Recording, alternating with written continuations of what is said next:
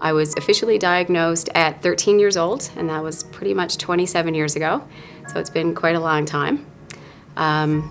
Looking back, I had a lot of soft tissue injuries, and I think we just kind of assumed I was a little clumsy, and I was kind of that sickly kid, and that's what we just assumed it was. At 13, I had what looked like just a little discolored spot on my side that they thought maybe was like a psoriasis. We had seen a doctor who kind of said, don't worry about it. I guess perfect timing. The universe had everything in line that my cousin, who was doing her medical residency in dermatology at the time, happened to have recognized it as possibly scleroderma. At the time, we were sclero what? What is this? So she said, you need to see a doctor right away. And we did. We saw a dermatologist. They did the biopsies and blood work very quickly. We were called back, and we were told it was scleroderma. At the time, that was in, I think, 1996, and we were just kind of told, don't read up on this too much. We're just going to wait and see what happens.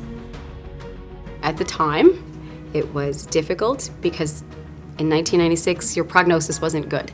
And the idea of having to wait to see what was going to happen at 13 was rough. I didn't say much, but as an adult now, I don't mind saying it was a rough time. It was hard enough being 13 anyway, but to go through that was difficult. Thankfully, I had lots of support. And the team at the Janeway, so that's the Children's Hospital in St. John's, Newfoundland, they got me in right away. We did a lot of kind of in-house testing, and they were fantastic. So being diagnosed happened very quickly. It was pretty fast and furious for a couple of months. And then they lined me up with a specialist, and it just became kind of a waiting game and regular checkups. And life didn't change a lot. Again, I didn't feel well most of the time, but everything was kept as normal as possible. I went to university. My 20s were good. I got married. We had kids pretty quickly. That was kind of recommended because of my health, and we knew ahead of time that having children could trigger the condition, and it did. So after 3 months, I've had beautiful pregnancies. After 3 months of each pregnancy, major flare-ups.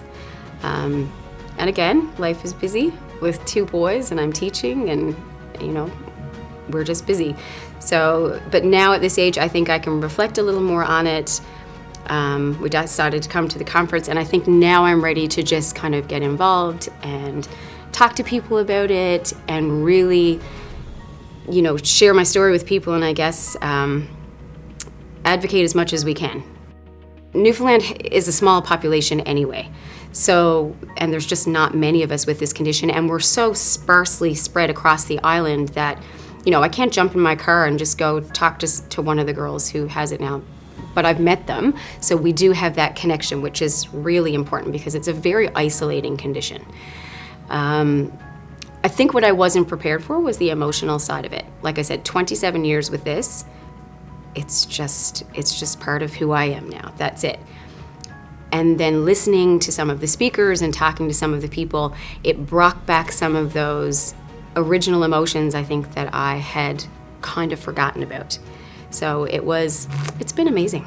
Yeah, it's been awesome.